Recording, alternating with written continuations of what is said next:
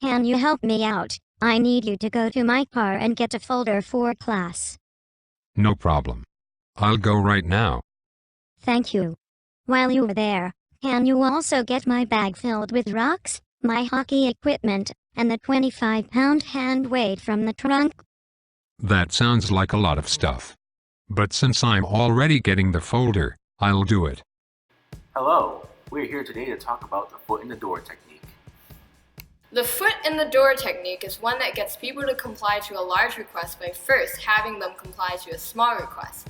So for example, if a friend asks you for $5 and you give them $5, you're more likely to comply to the friend's later request for $50 than if they had asked for $50 in the beginning. This is because our attitudes tend to follow action, and when you agree to give someone $5, you have to mentally justify that agreement, so you might tell yourself you did it because you're a good friend or you like that person. The next time your friend asks you for money, this framework of justification influences your action. According to the cognitive dissonance theory, when our attitudes and actions are at odds, we relieve this discomfort by altering our perception so that we may feel our actions are justified.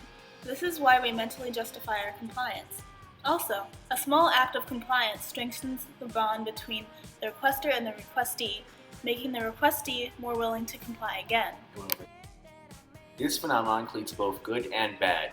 It's boosted charity successes, gotten parents to get puppies, and led to the development of loving relationships. Marketers often urge people to like their pages in the hopes of eliciting future purchases. A recent study noted that having people answer a similar question through email made them more likely to fill out a longer questionnaire. However, it's also urged to lure prisoners to certain form of beliefs and trick people into buying things they never would have originally. Our expert, Nicole Davis, is a clinical psychologist who diagnoses and treats psychological disorders. She told us that in her case, the foot in the door technique can be used to push patients towards certain goals by having them do small things and build into bigger things.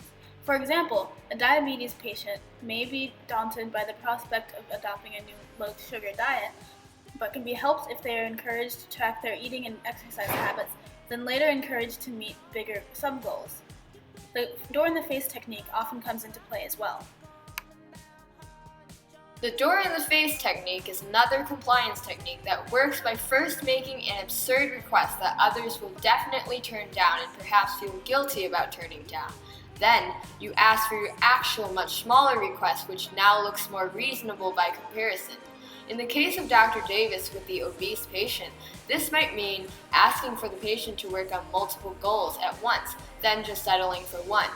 Research has shown that although it is very effective for eliciting verbal agreement, but not action. For example, even if it might convince someone to agree to donate to a cause, they may not actually donate. In our experiments, we investigated the effectiveness of the foot-in-the-door technique.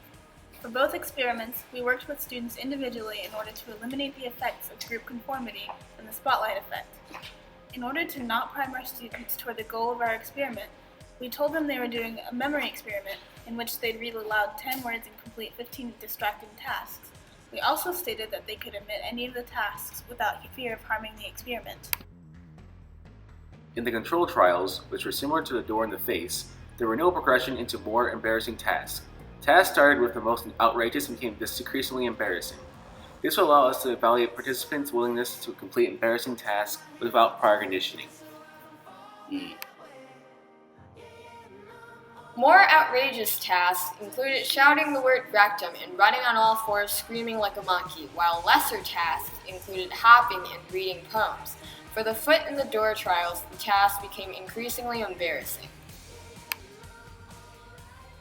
We recorded which tasks each participant did in order to gauge whether or not the foot in the door method had any effect on compliance. Then, we had them recite any of the 10 words they remembered from the beginning of the experiment. Surprisingly, most people did most of the tasks, but often unenthusiastically and without much effort. For example, people would say something quietly or flatly instead of shouting. Pretend to be a monkey and run on all fours screaming. Okay.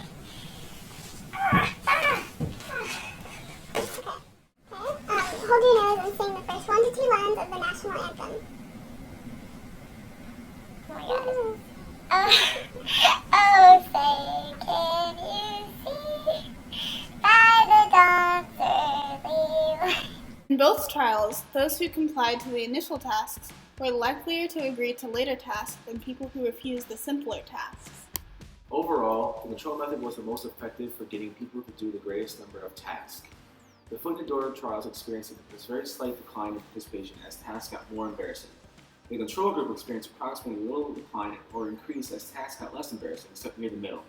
In fact, most control participants did even the outrageous task, and the percentage of people who at least attended a task was at near 100% of most tasks. In our experiment, the foot in the door method was not as effective as we expected.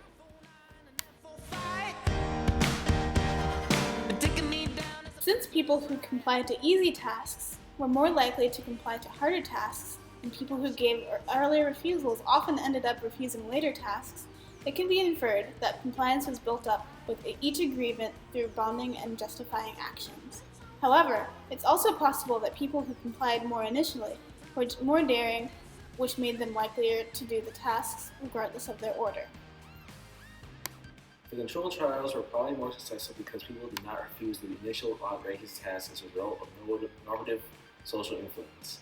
Especially since most participants were underclassmen, conformity works well when in the presence of those who look up to. Technically, anyone could have refused all the tasks, but everyone complied because they wanted acceptance. Also going along with that, since they had not seen the less embarrassing tasks yet, there was no basis of comparison for them to infer which tasks could be deemed extreme tasks that they weren't expected to complete. So rather than risk being an outlier who gave up at the beginning of the experiment, participants may have chosen to soldier through their discomfort. And since we didn't establish high performance standards, this was easy to do. For example, many said "ah" instead of screaming. After they got through the more outrageous tasks, the other tasks looked simple by comparison, and so refusal decreased. In the foot in the door trials, there was a basis of comparison for the extreme tasks.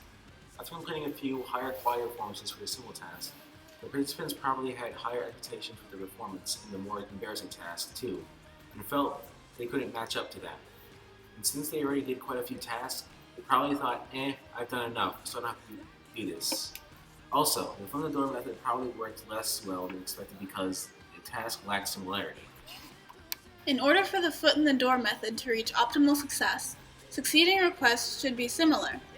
When persuading someone to go from a tiny action to a huge one, of course there should be enough requests so that transitions don't seem too extreme.